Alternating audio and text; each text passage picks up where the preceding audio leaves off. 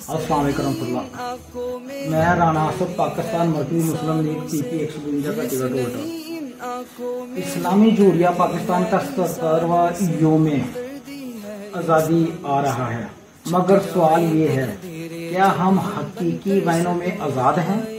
क्या 70 सालों में हम अवाम को खुशहाल या खुशहाली दे सके हैं? बैरूनी कर्जों से निजात, अशरफिया के मामलात, मुल्क लूटने वालों का एहतसाब, लोड शेडिंग, बिजली, महंगाई, गैस के मामलात, क्या इन चीजों से हम आज़ादी दिला सके अब तक? अगर नहीं तो आए पाकिस्तान मरकजी मुस्लिम लीग लाहौर के ज़ेर एहतमाम आज़ादी मार्च इंशाअल्लाह 14 अगस्त इंशाअल्लाह दोपहर 3 बजे मार रोड पर इंशाअल्लाह कौमी यकजहती के साथ इंशाअल्लाह हम ये मनाएंगे और हकीकी आज़ादी लाने के लिए इंशाअल्लाह कोशिशें और काशिशें करेंगे।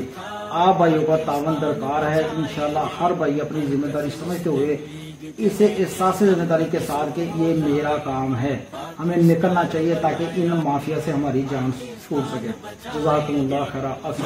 मुस्लिम लीग के बेटे अमन की सुबह लाएंगे, पाकिस्तान बनाए।